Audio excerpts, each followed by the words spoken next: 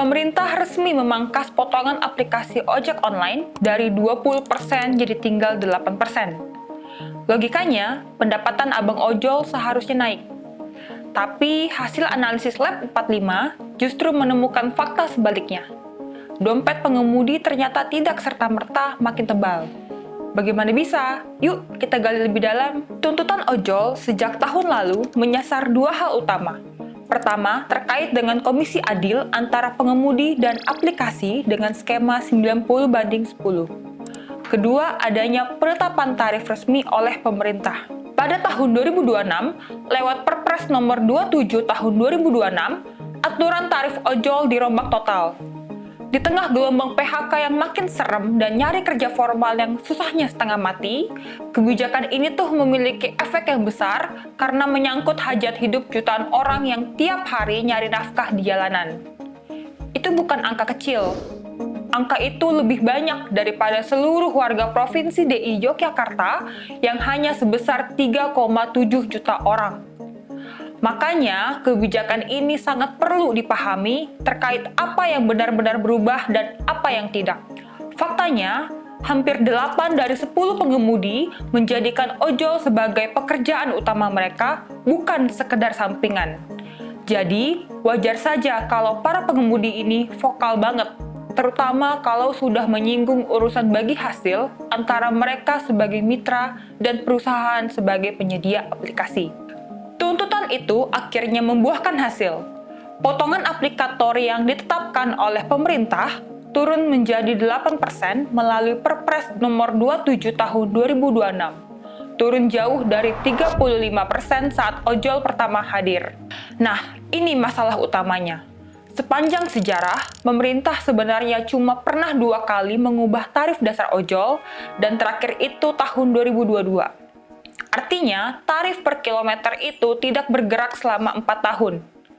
Kalau Perpres baru ini tidak menaikkan tarif dasarnya, maka potongan aplikasi turun tidak akan terasa.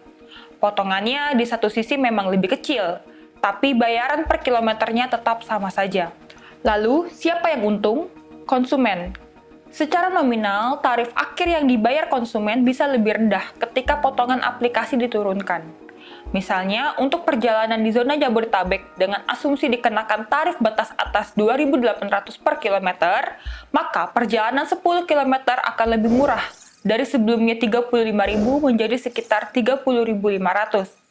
Namun, bagi pengemudi tidak ada tambahan pendapatan, karena tarif dasar yang menjadi basis perhitungan tetaplah sama. Selama tarif dasar itu tidak diubah, keuntungan dari penurunan potongan hanya akan dinikmati konsumen. Persoalan ekonomi dan tenaga kerja Indonesia saat ini sebenarnya jauh lebih kompleks dibandingkan hanya dengan tarif ojol semata. Kontribusi industri manufaktur terhadap PDB terus merosot tiap tahun hingga sekarang tersisa sekitar 19%.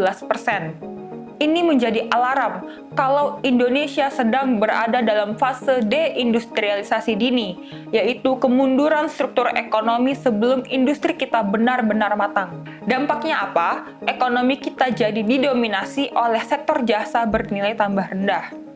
Nah, sektor inilah yang terpaksa menjadi penopang buat lebih dari separuh pekerja kelas menengah kita, yang contoh nyatanya dapat kita lihat dari fenomena ojol tadi. Apalagi pasar kerja formal kita sedang tidak baik-baik saja. Sepanjang tahun 2024 hingga April 2026, sebanyak 182.000 orang terkena PHK. Karena gelombang PHK ini belum mereda, ojol akhirnya menjadi pilihan rasional terakhir buat mereka bertahan hidup. Lalu, di manakah peran negara? Menyadari banyaknya pekerja ojol di Indonesia, pemerintah masuk melalui Danantara dengan membeli saham Gotoh yang harapannya bisa mendorong platform memenuhi aturan potongan yang baru. Masalahnya, kepemilikan Danantara saat ini hanya sekitar 1%, terlalu kecil untuk mempengaruhi kebijakan komersil perusahaan. Kalau kepemilikan tidak cukup, yang tersisa saat ini adalah regulasi. Nah, berbicara regulasi, di sini juga masih banyak celah. Melihat banyaknya celah yang dimiliki oleh regulasi saat ini, maka perlu ada 2 langkah konkret yang perlu dimasukkan dalam penyempurnaan Perpres nomor 27 tahun 2026 atau aturan pelaksanaannya.